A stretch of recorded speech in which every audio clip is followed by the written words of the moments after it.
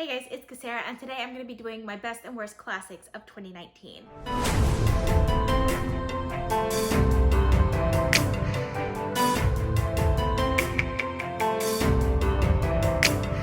This video is part of my 2019 reading recap. If you missed the last video in this series, I will link it up in the cards for you. Additionally, links to all of these videos will be available down in the description as they come out. As you may have noticed, this is a genre-specific video, and that's because when I was figuring out which were my favorite books of the year, I realized that all the books I was picking were adult high fantasy, which I thought was just not fair to all of the other genres that I read this year, so I decided to do genre-specific recap videos. In this video, we're going to be talking about the most disappointing, the most surprising, the worst, and the best classics that I read this year.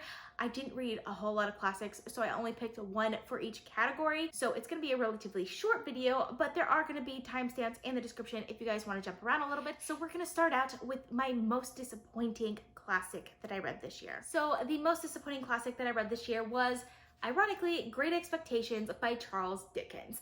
So this book, I didn't have a whole lot of expectations going into it. There were some moments in this book that I found were very profound, that I really understood on like an instinctual level, but the most of this book was just incredibly boring. I was very hit or miss with this book.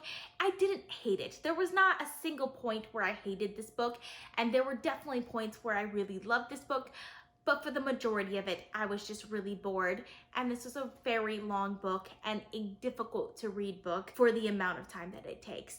So I ended up giving this one 3 stars. For those of you who don't know, this book is following the character named Pip, who gains this mysterious benefactor and becomes a young man with great expectations, hence the name of the book. There are some aspects of this book that just really worked for me. Like I said, it was a really good coming of age story, but for most of it, I was just bored. The most surprising classic that I read this year is A Picture of Dorian Gray by Oscar Wilde. I had 0 expectations going into this book. Also, I didn't know anything about it, but this book is about a character who is quite vain, and he has this portrait that is made of him, and he makes this wish that instead of growing old or ugly, that instead his portrait would take on those qualities. He kind of becomes this horrible person, and instead of growing old himself and growing ugly himself, all of those characteristics are taking up in his portrait instead. This book gets really wild and really interesting, and I really enjoyed it, and I ended up giving it 4.5 stars. I really loved the concept of this book. Now for the worst classic that I read this year, Wuthering Heights by Emily Bronte. I absolutely did not like this book.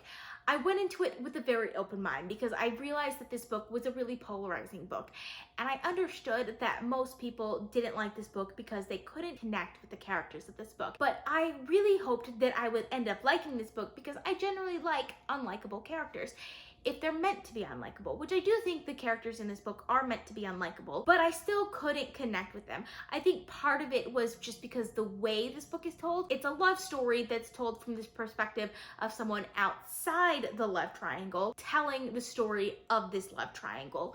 And for me, it just didn't work. Like, I felt like we had to be closer to the characters in order to understand what was really going on with them. Whether we were supposed to like the characters or not didn't really matter. Whether we were supposed to like the love story or not, I don't think really would have mattered. We didn't really get a good idea of what was really going on because we were so removed from the actual story of this book.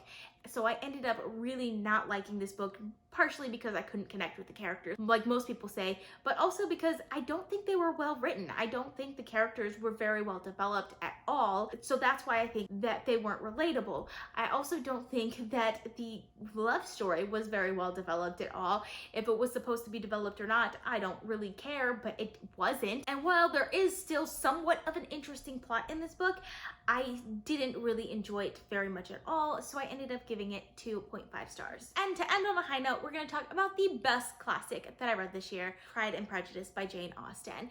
Like most classics, I didn't really expect much going into this book because this is a very beloved book, but it's also beloved by a lot of romance readers, which I don't read romance a whole lot, but I loved this one.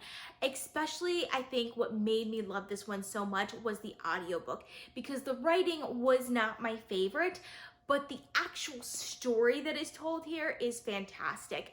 I love all of the bickering and stuff that Elizabeth and Mr. Darcy have, and it's just a fantastically well-written kind of hate to love trope. This is a book that I could just reread over and over again. I absolutely love it. Probably one of my favorite classics of all time, and I ended up giving this one 5 stars. So that's all of the books that I have for you guys today. Please let me know down in the comments if you've read any of these books. I would love to discuss with you guys. I'm planning on posting at least 4 videos a week in the month of December, so consider subscribing. If you like this video, please give it a big thumbs up to support my channel. All social media links are in the description down below. Thank you guys so much for watching, and I'll see you guys next time. Bye.